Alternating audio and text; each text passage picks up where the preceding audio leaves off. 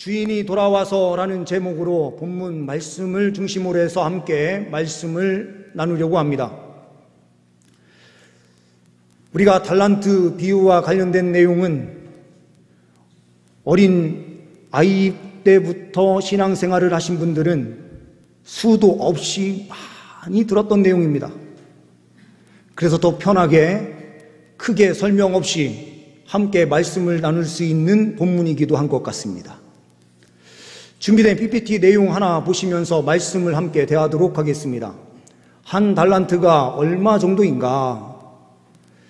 6천 데나리온입니다.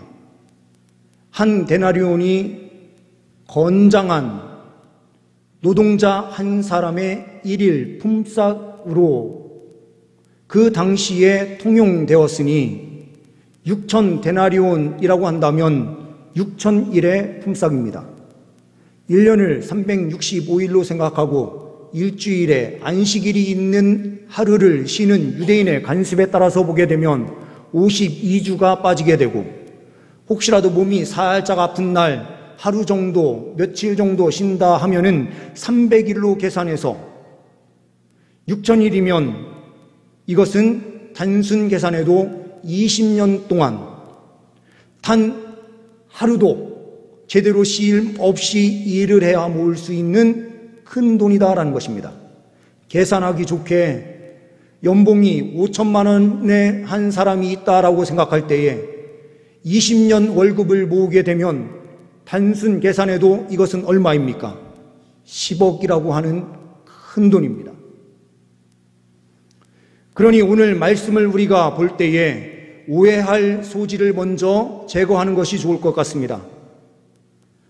오늘 이 달란트, 한 달란트, 두 달란트, 5달란트 받은 모든 사람, 이 돈은 결코 다 작은 돈이 아니다라는 사실입니다. 우리는 이 부분을 깊이 생각하면서 오늘 말씀을 함께 대하면서 다시 한번 하나님 앞에 엎드려 순종의 삶으로 나아갈 수 있는 은혜가 있기를 소망합니다. 첫 번째로는 우리는 이 말씀을 통하여 보게 되는 것은 우리는 믿어주시는 하나님이 계신다라는 사실입니다. 14절, 15절 말씀을 보게 되면 또 어떤 사람이 타국에 갈 때 그 종들을 불러 자기 소유를 맡김과 같으니 각각 그 재능대로 한 사람에게는 금 5달란트를, 한 사람에게는 2달란트를, 한 사람에게는 1달란트를 주고 떠났더니라고 되어 있어요. 한번 생각해 보십시오. 우리 성도님들 가운데에서 은행에 우리의 재산, 우리의 자산을 갖다 맡긴다라고 할 때에 어떤 은행에 갖다 맡깁니까? 불완전한 은행에 갖다 맡깁니까? 아니면 튼튼한 은행에 갖다 맡깁니까? 튼튼한 은행, 이 돈을 잃지 않을 만한 그런 은행에 우리는 우리의 돈을 갖다 맡기는 것이 당연하죠. 그 이유는 무엇입니까? 이 돈은 피와 같은 돈이고 너무나도 중요한 것이기 때문에 그래요. 그런데 20년 한 사람, 건장한 사람의 20년치의 노동의 그 품삯인 이 10억에 가까운 현재의 가치로 그 돈을 종들을 불러다가 한 사람에게 10억, 그 다음 사람에게 20억, 한 사람에게 50억이라고 하는 돈을 척척 준다고 하는 것은 그 사람을 신뢰하지 않으면 절대로 줄 수 없는 돈입니다. 1달란트를 받은 사람도 똑같아요. 주인이 그 사람을 신뢰하지 않았다면 그 돈은 줄 수 없는 것입니다. 그 이유는 왜 그렇습니까? 이 사람이 그것을 맡기고 어디를 가요? 타국에 가요. 멀리 간 것입니다. 이 사람이 그 돈을 가지고 어디로 도망가든 뭘 하든, 아니 내 돈 내 마음대로 쓰다가 나는 그냥 탕진하고 끝나면 끝이지 라고 생각할 수도 있는 거예요. 그런데 이 세 사람은 다 신뢰할 만한 사람들이었기 때문에 주인은 그 사람들에게 이 큰 것을 맡긴 거예요. 이러한 측면에서 우리 모두는 달란트를 받았어요. 그런 측면에서 우리는 하나님께서 믿어주시는 하나님의 자녀로 서 있다는 것 자체, 우리 자녀가 뭔가 특별하고 잘해서 신뢰하는 게 아니라 자녀라서 신뢰하는 거죠. 하나님께서 이 종들을 불러서 신뢰하고 믿음으로 그 큰 돈을 다 맡긴 것입니다. 이러한 측면에서 우리 모두는 하나님께서 믿어주시는 신실한 종으로 서 있다라고 하는 사실에서 하나님께 감사할 수 있게 되는 줄 믿습니다. 두 번째로는 우리는 하나님의 청지기임을 명심해야 된다라고 하는 것입니다. 청지기는 특권이에요. 16절에서부터 18절 말씀을 보게 되면 5달란트 받은 자는 바로 가서 그것으로 장사하여 또 5달란트를 남기고 2달란트 받은 자도 그같이 하여 또 2달란트를 남겼으되 1달란트 받은 자는 가서 땅을 파고 그 주인의 돈을 감추어 두었더니라고 표현되고 있습니다. 주인으로부터 1달란트라도 받을 수 있는 위치에 있었다는 것 자체가 특권인 거예요. 모든 사람들에게 다 주는 것이 아니었습니다. 이 세상에 있는 사람들 가운데에서 하나님 나라를 위하여 그 달란트를 사용하는 사람들이 몇 명이나 있습니까? 주인을 위하여 헌신하는 삶을 사는 사람들이 누구입니까? 주 예수 그리스도의 보혈로 구원받은 우리 외에는 그러한 일을 감당할 수 있는 사람이 없어요. 이러한 측면에서 구원받은 하나님의 사람으로 달란트를 가지고 산다는 것 자체가 큰 은혜입니다. 그런데 여기에서 1달란트 받은 사람의 가장 큰 문제점은 무엇입니까? 달란트를 받았는데 이것을 사람들이 볼 수 없는 장소 땅에 묻어버렸습니다. 그 이유는 여러 가지로 생각할 수 있지만 가장 큰 것은 앞에 있는 2사람을 봤어요. 2사람이 달란트를 받는데 한 사람은 5달란트, 한 사람은 2달란트를 받는 거예요. 그런데 주인이 나는 잘난 것 같은데 나는 다 잘하는 것 같잖아요. 그렇죠? 그러면서 우리가 다 살거든요. 그런데 나한테는 1달란트만 주시는 거예요. 그러니 땅에 가서 일단 묻어놓고 절망과 낙심이 탁 생기는 거죠. 그리고 곰곰이 생각해보면 생각할수록 더 화가 나요.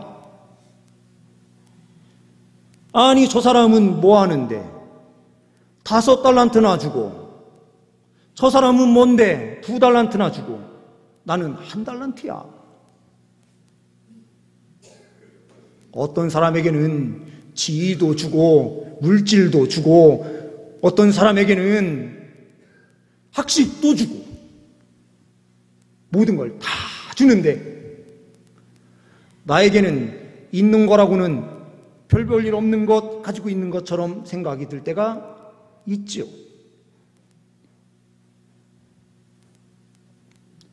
그러므로 1달란트를 받은 그는 가서 땅을 파고 이 돈을 감추어 놨다가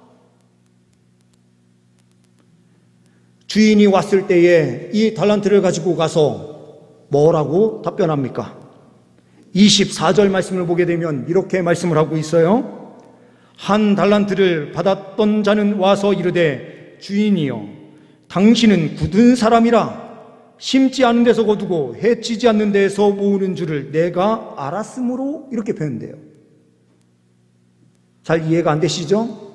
예, 저도 이거를 딱 보고 잘 이해가 안 돼요. 아니 굳은 사람이라는 건 뭐야? 그래서 제가 현대인 성경을 준비했습니다. 이번에는 한 달란트를 받은 사람이 와서 말하였다. 주인님, 저는 주인님이 씨를 뿌리지도 않은 곳에서 거두어 드리고 심지도 않은 데에서 모아드리는 인색하고 매정한 분이신 줄을 잘 알고 있지요. 그래서 제가 이익을 남기더라도 빼앗아 갈 것이므로 돈을 다만 땅속에 감추어 두었다가 그냥 가지고 왔습니다. 이 말은 뭐예요? 당신은 심지도 않은 곳에서 걷어갈 정도로 매정하신 분 아닙니까? 아무것도 하지 않으면서 싹싹 걷어가지 않습니까? 당신은 매정한 분이에요. 이렇게 말한 이유가 있죠. 왜요? 마음이 상했거든요. 다른 사람은 5달란트, 2달란트를 줬는데 나는 1달란트를 줬거든요. 이 마음이 분노함이 있다가 주인을 만나는 순간 이게 폭발하는 거예요. 당신은 매정한 분 아닙니까? 불공정하지 않습니까? 똑같이 다 5달란트를 줘야 되는 것 아닙니까? 그런데 당신은 어떻게 그 매정함으로 나에게만 1달란트를 주는 것입니까? 이렇게 답변을 한 거예요.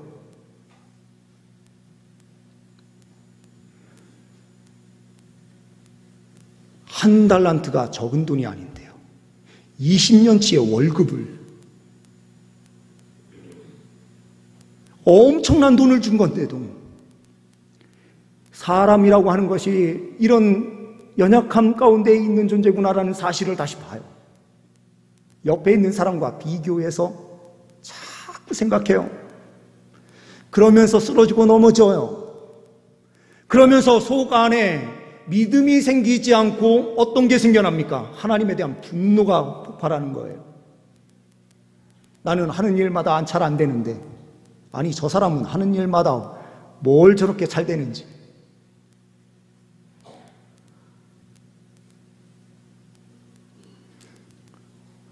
주님 나라를 위하여 봉사하는 자리에서도 똑같아요. 우리는 하나님 주인의 뜻을 바로 보는 것처럼 착각하는데 주인의 뜻도 잘못 읽었어요.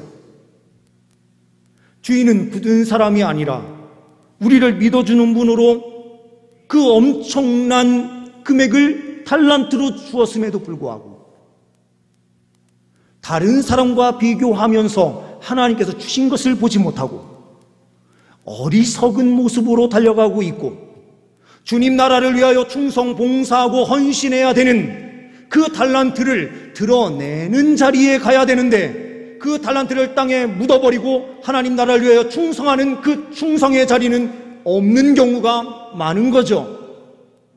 더 많은 돈 많은 사람들이나 일해라. 더 많이 배운 사람들이나 일해라. 더 많이 무엇인가 가지고 있는 사람들이나 하나님께 일해라. 나는 뒤로 빠져 있어도 조금 부족하고 연약하니 다 하나님께서 인정해 주시고 나는 가만히 있어도 충분해 라고 생각하는 하나님의 뜻을 묵상하고 또 묵상하고 또 묵상해 보았더니 그러한 뜻이더라 라는 자기만의 결론을 내리고 주님께서 오시는 그날에 하나님 어떻게 그럴 수 있습니까? 저는 충성과 헌신으로 산다고 그렇게 종으로서 있었는데 다른 사람들과 똑같은 달란트를 주지 않고 나에게는 왜 1달란트만 주시는 것입니까?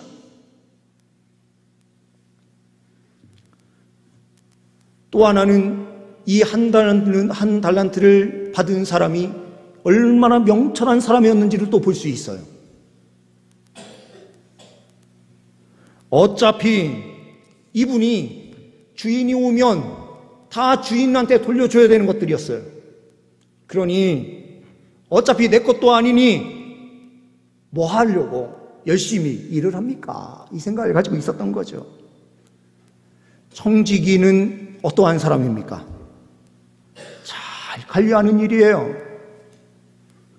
그럼 우리 성도님들이 만약 사장이 되어 가게를 운영하는데 직원을 한 사람 뽑았어요. 그랬더니 이 사장이, 아니 이 좋은 직원이요, 이렇게 생각하는 거예요. 내가 아무리 열심히 일해봐야 이 잘 되는 거는 전부 다 사장만 갖고 가는 거지 뭐 나랑 상관이 없는데 하면서 일을 하지 않아요. 우리 성도님들은 그런 사람을 어떻게 보시겠어요? 만약에 우리 성도님들이 사장님이시라면 그 직원을 어떻게 하겠습니까? 바로 해고입니까?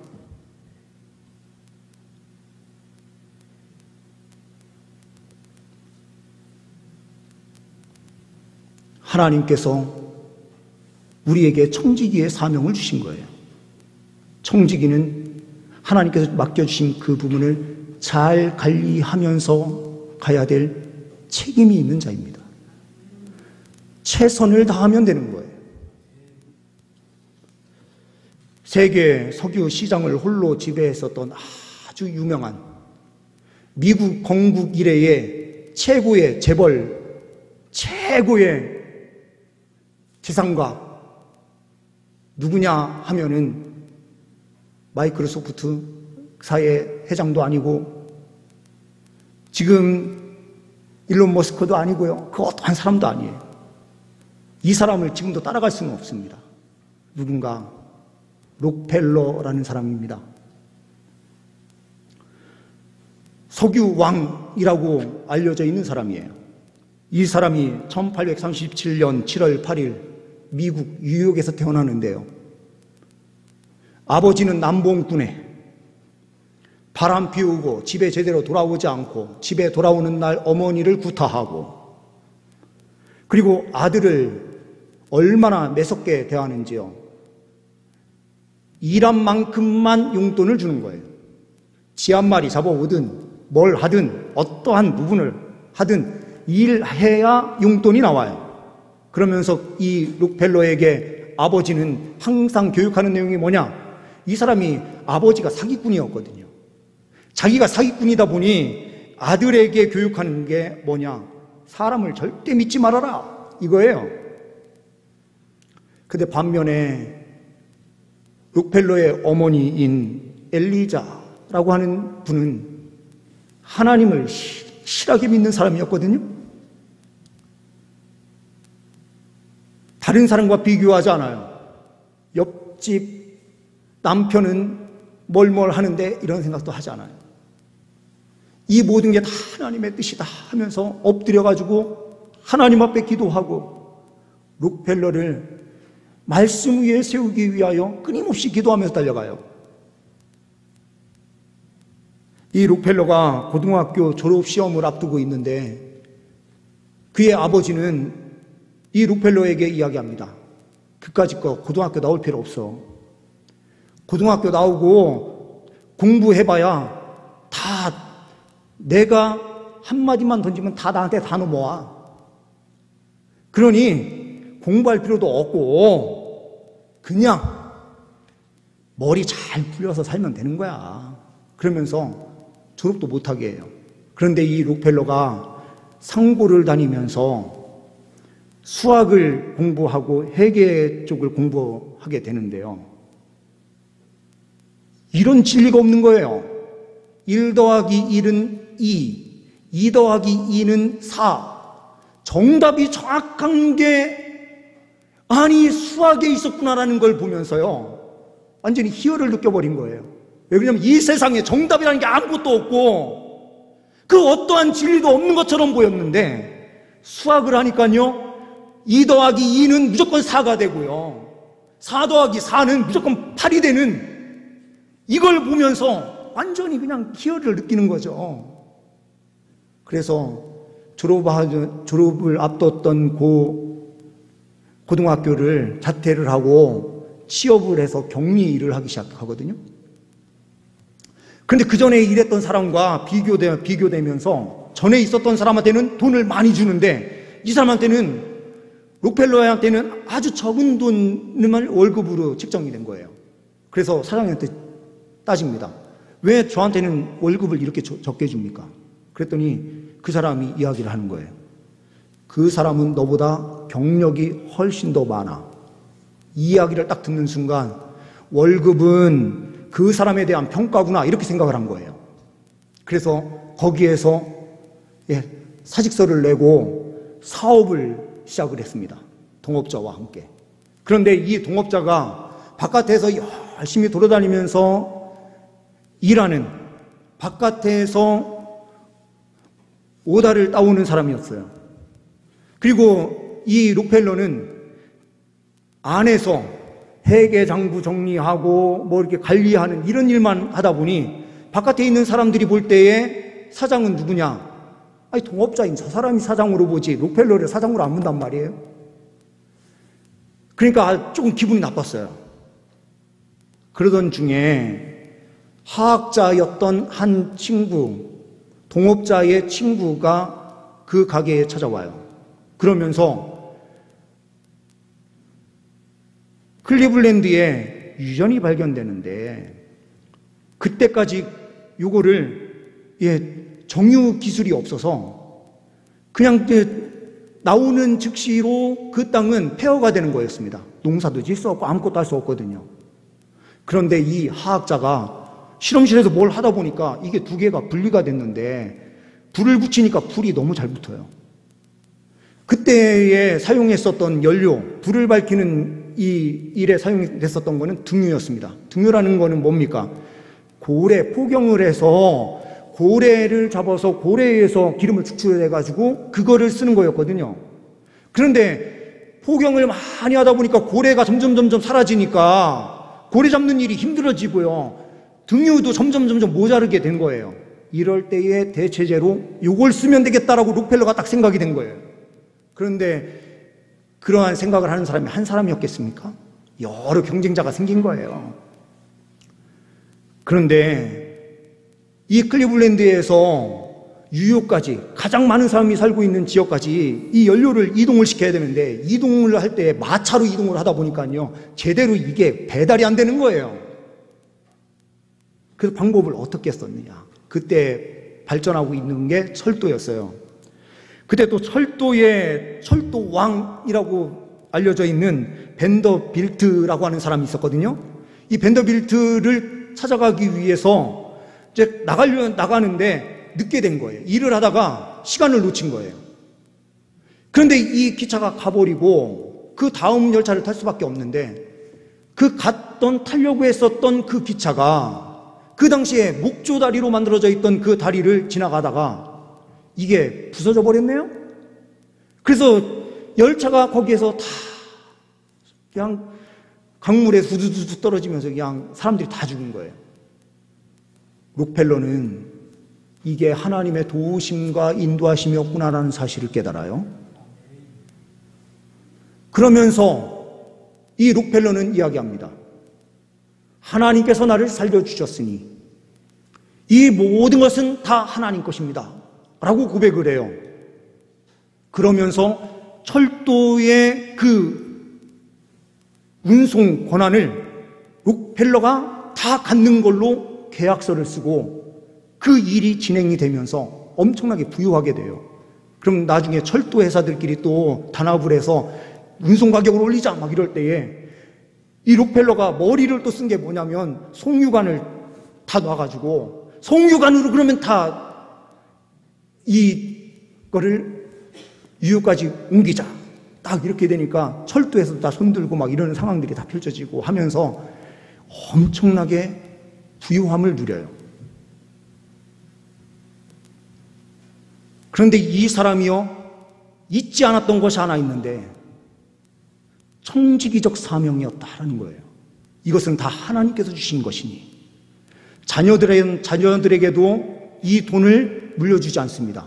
다 록펠러 재단을 통해서 사회에 100% 다 기증을 해요.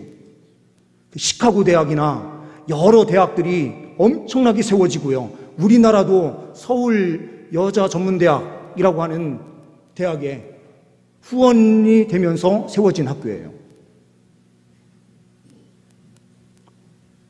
한 사람이 청지적 사명을 가지고 기부했었던 그 돈이 얼마냐? 498조 원. 상상할 수도 없는 돈이에요. 그는 하나님께서 주신 것이고 하나님 것이니 나는 관리를 잘해서 그렇게 사는 것이다 라고 생각을 했던 거예요. 물론 그 안에 노동자 탄압했었던 부분도 있고 여러 가지 부분들이 있어서 비판을 받는 부분들도 분명히 존재해요. 그런데 그가 마지막에 모든 것을 다 사회로 다 환원시키고 가난하고 힘들고 연약한 자들을 위해서 다 내놓는 그 삶을 통해서 그가 하나님을 신실하게 믿는 하나님의 백성의 모습이었다라는 사실을 보여줘요.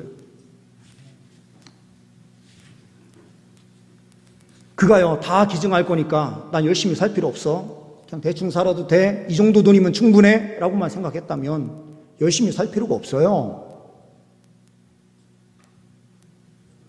5달란트, 2달란트, 1달란트 우리에게 하나님께서 주셨다면, 맡겨주셨다면 주님 나라를 위하여 충성하며 달려갈 때에 놀라운 은혜가 있게 되는 줄 믿습니다. 마지막으로 우리는 주님의 재림을 소망해야 된다는 사실을 말씀을 통하여 봅니다. 19절 말씀을 보게 되면 오랜 후에 그 종들의 주인이 돌아와 그들과 결산할세, 결산하는 때가 있다. 21절 23절 말씀에요. 결산하는데 5달란트를 준 사람한테 주님께서 5달란트를 남겨오니 21절에 이렇게 말씀하세요. 그 주인이 이르되 잘하였도다. 착하고 충성된 종아, 내가 어떤 일이요? 적은 일에 충성하였음에 내가 많은 것을 내게 맡기리니 내 주인의 즐거움에 참여할지어다. 5달란트도 적은 일이래요. 23절 말씀을 보게 되면요, 2달란트를 가지고 가서 2달란트를 더 남겨서 4달란트를 가지고 온 사람에게는 뭐라고 말씀하십니까? 그 주인이 이르되 잘하였도다. 착하고 충성된 종아, 내가 어떤 일이에요? 적은 일에 충성하였음에 내가 많은 것을 내게 맡기리니 내 주인의 즐거움에 참여할지어다. 똑같아요. 결과가 똑같아요. 그러면 우리 성도님도 한번 생각해 보십시오. 내가 열심히 일해가지고요, 2달란트를 4달란트를 남기고요, 5달란트를 10달란트를 남겼어요. 만약에 1달란트를 받은 사람이 열심히 일해서 1달란트를 남겼어요. 근데 천국에 딱 들어갔더니 하나님께서 너희들은 적은 일에 충성하였다. 내 즐거움에 참여해라. 똑같이 참여해. 그러면 누가 가장 하나일까요? 누가 가장 하나일까요? 근데 하나님께서 다 똑같이 보신다는 거예요. 주신 그 분 달란트도 재능에 따라서 더 많이 주고 적게 주고 했지만 하나님 편에서는 다 똑같이 준 거예요. 그래서 주의 영광 가운데 거하는 그 천국에서도 그 똑같은 말씀을 주시고 똑같은 즐거움과 영광을 누릴 수 있도록 하나님께서 해주시는 거예요. 그러니 1달란트 받은 사람이 더 그 자리에서 충성해서 1달란트만 더 남기고, 혹시라도 열심히 산다고 살았는데 망해버려가지고 땡전하지 가지고 하나님 앞에 나아가지 못하더라도 하나님께서 이렇게 말씀하실 거예요. 네가 적은 일에 충성하였다. 그가 어떠한 삶을 살았느냐를 주님께서 보시는 것이지, 남겼느냐를 주님께서 보시려고 하는 것이 아니라 주님 나라를 위하여 얼마나 결산할 수 있는 마음을 가지고 주님 오시는 그날을 고대하면서 믿음으로 달려갔느냐, 주님께서 이것을 보신다는 거예요. 우리는 주님 나라를 위하여 뭘 해야 합니까? 각자에게 하나님께서는 달란트를 다 다른 모양으로 주셨어요. 그 달란트를 가지고 하나님 나라를 위하여 헌신하며 달려갈 때에 하나님께서는 놀라운 은혜로 함께하여 주시는 줄 믿습니다. 기도하십니다.